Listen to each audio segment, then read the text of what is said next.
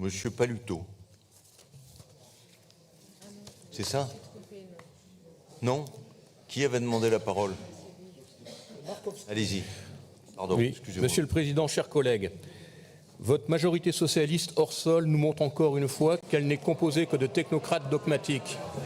Vous affichez dans votre budget primitif pour l'année 2024 l'ambition de développer les dispositifs en faveur de la transition écologique des entreprises de pêche en s'appuyant notamment sur la FEMPA. Ce fonds européen alloue une partie de ses crédits à la remotorisation des navires de pêche, à raison de 50% de prise en charge par l'Europe et de 50% par la région. Or, pour bénéficier de la totalité de l'aide, à savoir 40% du prix du moteur, les armateurs sont soumis à des règles inatteignables en matière de pollution. Preuve que vous êtes tellement déconnectés de la réalité, les conditions imposées en matière de décarbonisation des moteurs ne correspondent à aucun moteur existant à ce jour. Ces dispositions privent de facto les professionnels d'une partie de l'aide, à savoir 10%. Car il n'existe pas aujourd'hui des moteurs verts ou électriques qui seraient utilisables en mer dans les conditions normales d'exploitation des entreprises de pêche artisanales françaises. Ces moteurs ne sont d'ailleurs même pas proposés à la vente.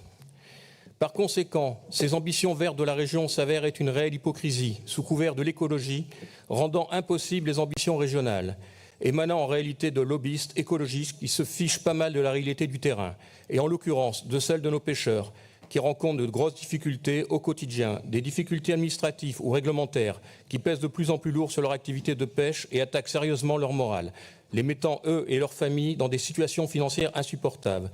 Ils se retrouvent face à des technos déconnectés de la réalité, qui ont des demandes elles-mêmes réalisables, voire même réalistes, et qui plongent toujours plus nos pêcheurs dans la précarité. Ce secteur essentiel pour notre souveraineté alimentaire est aujourd'hui abandonné par les pouvoirs publics et par vous en premier lieu. Les fonds du FEMPA et ceux alloués par la région aux différents programmes de soutien de la pêche restent toujours insuffisants, année après année, pour garantir le maintien de leur activité et surtout une pérennité de la pêche artisanale, qui, sans réaction régionale urgente, risque de disparaître complètement et d'anéantir définitivement notre souveraineté dans le secteur. Merci, Monsieur le Président.